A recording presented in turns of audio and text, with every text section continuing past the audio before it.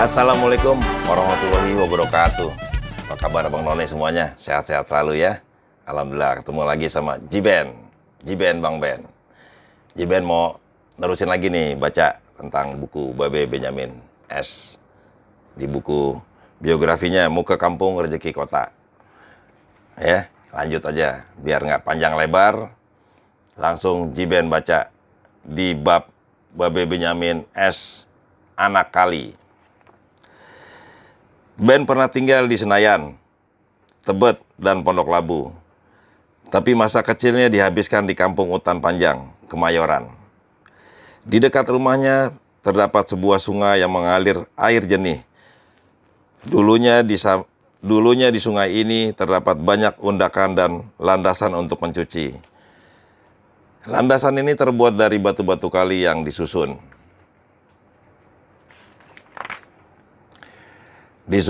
Dari semen. Pemerintah pendudukan Belanda yang membuatnya. Batu-batu itu kini sudah tidak kelihatan lagi. Mungkin juga diganti. Sungai Utan Panjang pada hari-hari yang panas dihuni ikan batung atau ikan lundu. Ikan baung atau ikan lundu. Ikan-ikan ini biasa terdampar di pinggir sungai karena kepanasan. Orang tinggal memungutnya. Ikan bersayap dan berpatil itu biasanya dibelah dulu, kemudian diberi bumbu lalu dijemur. Jadilah dendeng atau ikan asin. Bila air sedang surut, lebar sungai hanya 5 meter. Lain kalau lagi datang air bah atau pasang, lebarnya bisa mencapai 10 meter. Bila di hulu terjadi banjir, air yang semula jernih berubah coklat, keruh hingga ke hilir. Meski air bah datang tiba-tiba, sungai itu tak pernah meluap hingga membanjiri kampung di sekitarnya. Sungai itu yang belakangan dilintasi jembatan Jiung, kerap dipakai mandi anak-anak. Kalau air agak surut, sekitar jembatan banyak sekali rumput. Biasanya digundukan untuk luncuran anak-anak yang ingin mandi. Abang None, nyerah nih. Kayaknya gue butuh kacamata. Bentar ya, stop dulu. Ngambil kacamata.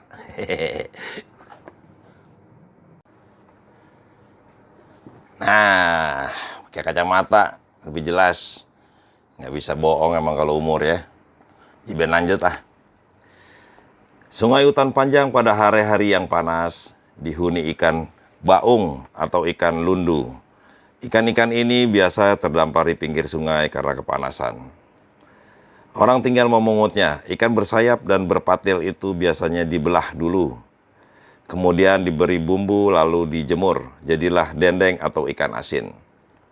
Bila air sedang surut, lebar sungai hanya 5 meter. Lalu kalau lagi datang air bah atau pasang, lebarnya bisa mencapai 10 meter. Bila di hulu terjadi banjir, air yang semula jernih berubah coklat keruh hingga ke hilir. Meski air bah datang tiba-tiba, sungai itu tak pernah meluap hingga membanjiri kampung di sekitarnya. Sungai itu yang belakangan dilintasi jembatan Jiung, kerap dipakai mandi anak-anak. Kalau air agak surut, sekitar jembatan banyak sekali rumput. Biasanya digunakan untuk luncuran anak-anak yang ingin mandi. Suatu saat, air sungai memenuhi badan sungai. Genangannya hampir mencapai pinggir jalan. Pohon pisang yang berada di sepanjang pinggir sungai ikut terendam air. Munaji dan teman-temannya berenang di kali Utan Panjang dekat jembatan Jiung. Benyamin seingat Munaji masih berusia sekitar 6 tahun. Dia ikutan mandi tapi hanya berkecipak-kecipak di bibir sungai. Kakinya dikepiak-kepiakan ke air. Sembari memegang pelepah pisang, dia telanjang bulat. Air sungai mengalir sampai mengisi garis pinggir sungai, hingga seluruh rumputan sepanjang sungai terendam. Sebagian pohon pisang hanya kelihatan batang dan daunnya saja. Meski sedang meluap, mereka tetap saja nyemplung ke sungai. Munaji yang kini biasa dipanggil Cingkaji sudah memperingatkan. "Ayo, mau ngapain?" katanya kepada Benyamin. "Hati-hati, nanti merosot dan ke bawah air." "Enggak," mau belajar berenang, sahut Benyamin dengan logat cadelnya, sambil memegangi pelepah daun pisang yang sudah kering. Abang None yang baru ngikutin mungkin bingung siapa nih Munaji. Munaji itu abangnya Babe Benyamin S. Bisa jadi juga orang tuanya kali ya, karena Babe Benyamin ketika usia 2 tahun sudah ditinggal sama Pak Sueb.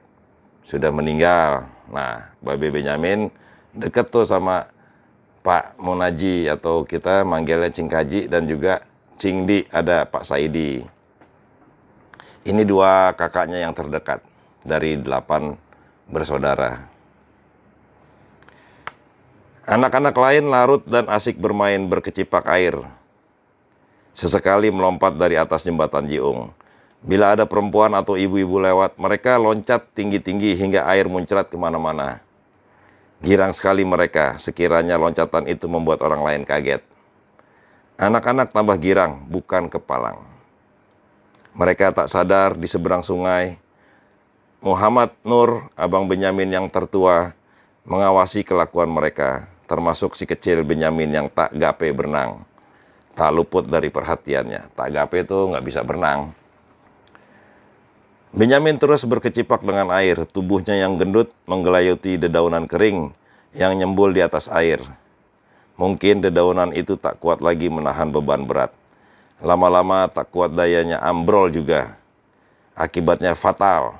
Ben jatuh dan terseret arus sungai sampai beberapa meter. M. Nur sigap terjun ke sungai menolongnya, padahal dia sudah berpakaian rapi dan bersih. Kalau tidak demikian, Benyamin pasti terbawa arus dan tenggelam. Hal itu berbahaya, pasalnya jarak antara tempat Benyamin berkecipak dan tiang-tiang jembatan hanya sekitar 2 meteran. Tubuh yang gemuk itu bisa terantuk tiang, kena jembatan. M. Nur cekatan dan Benyamin pun selamat. Pemandangan kali Utan Panjang sekarang memang jauh ketimbang dahulu. Sekarang sungai itu telah dibeton dan dilebarkan 2 kali. Rumah penduduk berjejer dan berderet di sepanjang sungai. Airnya yang dulu bening berubah menjadi lanyau yang hitam, membusuk dan amis. Sampah dari plastik dan berbagai kotoran berbau busuk mengambang sekitar aliran sungai. Ya. Jadi ini cerita tentang, kalau sekarang kita tahu Kali Jiung. Kali Jiung atau Kali Utan Panjang. Nah, di situ ada jembatan yang tadi hampir Benyamin kejedot tuh, biar kebentur sama tiangnya, itu engkong yang bikin. Engkong Haji Ropiun. Nah, karena disingkat jadi Hajiung. Jadi Jiung, padahal namanya Haji Ropiun. Itu yang bikin jembatannya engkongnya mereka atau kakeknya Benyamin di daerah Kemayoran. Nah, Bang None, sebelum gue lanjut lagi, gue mungkin mau berbagi cerita tentang sejarah ya, sejarahnya Babe Benyamin S di masa kecil. Nggak bedanya sama anak-anak kecil zaman sekarang lah ya. Anak kecil ya punya dunianya sendiri. Walaupun ditinggal oleh ayahnya, tetap keceriaan menyelimuti anak kecil itu kan. Ya namanya main terus, senang-senang. Dulu mainnya ya di sungai, nyebur kali, main di kebun. Ya, layaknya anak kecil ya senang-senang aja. Cuman gue mau ngambil pembelajarannya seperti ini. Masa kecil seorang legend ya seperti itu. Khususnya kita membicarakan tentang legend Babe Benyamin Sueb ya. Jadi kita bisa belajar yang membentuk sosok pahlawan seperti Babe Benyamin, yang membentuk seseorang menjadi seorang pejuang budaya, ya seperti itu di Kemayoran, dengan lingkungannya yang bersahaja, lingkungan kampung, dan disayang sama keluarga-keluarganya. Memang tidak merasakan atau tidak kenal kasih sayang seorang ayah, tapi kakak-kakaknya yang kebanyakan memang laki, itu sayang sama Benyamin, si bontot. Jadi kenapa gue cerita seperti ini? Sebenarnya pembelajaran yang terpenting gue pribadi gitu ya. Memang gue ngalamin kehidupan bersama Babe Benyamin. Gue lahir di tahun 70, ketika itu Babe sudah jadi sosok yang terkenal, menjadi seorang artis. menjadi penyanyi, pelawak, pemain film yang sukses. Ya, sekarang gue bikin podcast gini, gue ceritain apa adanya yang gue alamin. Tapi sebatas itu, ya pengetahuan gue cuman itu. Artinya kita tidak tahu lebih jauh pembentukan kulturalnya sosok anak kecil. Seorang Benyamin itu yang memang dari kecil nggak punya cita-cita pengen jadi seorang pahlawan budaya. Nah, gue mengambil pembelajarannya seperti itu. Ya, kalau mau lihat lingkungan atau pembentukan orang yang sukses, ya kita lihat di atasnya. Artinya satu generasi di atasnya. Artinya yang sukses ya Ibu Siti Aisyah, nenek gue, atau ibunya Babe Benyamin, dan keluarganya tentunya. Juga lingkungan-lingkungan sekitarnya. Dan tidak lupa juga pastinya atas ridhonya Allah kan. Jadi begitu, kita bisa melihat hasil dari sebuah perjuangan atau kehidupan anak kecil yang bisa membentuk menjadi sosok legendaris, ya seperti itu. Apakah seseorang sekarang, zaman sekarang, ingin seperti Haji Benyamin? Gua rasa bukan harus melewati perjuangan seperti Babe Benyamin, tapi paling tidak melihat sepak terjangnya atau perjuangannya beliau ketika masa kecil. Bukan dari gue. Kalau gue ini melihat Benyamin sudah jadi. Benyamin sudah jadi sosok yang terkenal. Memang mungkin dari cerita apa yang gue alami, seperti abang-abang gue juga, itu bisa mengambil hikmahnya atau mengambil cerita-cerita tentang perjuangannya seorang Benyamin muda. Tapi dari sejarah masa kecilnya itu harus kita pelajari juga. Makanya pembelajaran sejarah itu penting menurut gue. Baik itu dalam segala bidang. Jangan dilupakan sejarah. Supaya apa? Supaya kita bisa mengambil hikmahnya dari pembelajaran era itu. Nah, ada cerita begini nih Abang None. Gue kemarin ngobrol-ngobrol sama temen, sama sahabat lah. Sahabat itu bisa gue bilang guru buat gue. Dia ceritain tentang kejadian satu keluarga, seorang ayah. Jadi tentang seorang ayah punya anak. Ayah ini seorang tentara atau hulu balang di sebuah kerajaan. Nah, sukses menjadi tentara yang bagus, yang keren lah. Makanya si ayah bisa menjadi naik pangkat di dalam kesatuan kerajaan itu.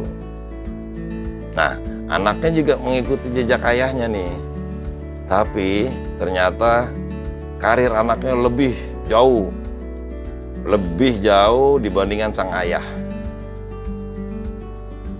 Artinya secara jabatan, secara titel, secara pangkat, si anak pernah bilang menyombongkan diri ke ayahnya. Ayah, sekarang saya sudah jadi sosok yang disegani di kesatuan saya, katanya gitu kan. Sementara ayah hanya setengah dari perjalanan jabatan saya atau pangkat saya. Apakah ayah tidak bangga dengan saya? Kata sang anak. Sang ayah hanya membalasnya dengan singkat. Bagus, nak, kamu sudah berjuang sampai sejauh ini, sudah mendapatkan pangkat yang sangat disegani di kesatuan kamu. Tapi tolong ingat, kalau kamu sudah bisa mencetak seorang anak lagi seperti kamu, baru kamu disebut sukses. Nah, Abang None bisa ngambil hikmahnya ya. Artinya, seorang ayah yang memang tidak tinggi pangkatnya itu bisa mencetak seorang anak yang bisa lebih tinggi jabatannya atau pangkatnya. Itu harus diapresiasi. Karena perjuangannya beliau juga, walaupun secara kepangkatan atau secara tingkatan dia tidak setinggi anaknya, tapi dia bisa mencetak seorang anak yang sukses. Begitu Abang None. Sementara sampai sekian dulu, nanti gue lanjutin lagi ceritanya. Buku Babe Benyamin S. Mudah-mudahan dari cerita Babe juga gue bisa cerita-cerita tentang lain, dan gue bisa belajar dari Abang None, dari komentar-komentarnya. Dan tidak lupa di kesempatan ini gue mau mengucapin selamat beribadah puasa bagi yang menjalankannya. Minggu depan kita udah puasa. Tanggal 1 Maret sudah mulai puasa. Semoga Ramadan kita bisa jadi bulan yang penuh rahmah dan juga pahala yang dilimpahkan oleh Allah Subhanahu wa Ta'ala. Abang None, mohon maaf kalau ada salah-salah kata. Selalu bersyukur kita semuanya dan jaga kesehatan. Wassalamualaikum warahmatullahi wabarakatuh.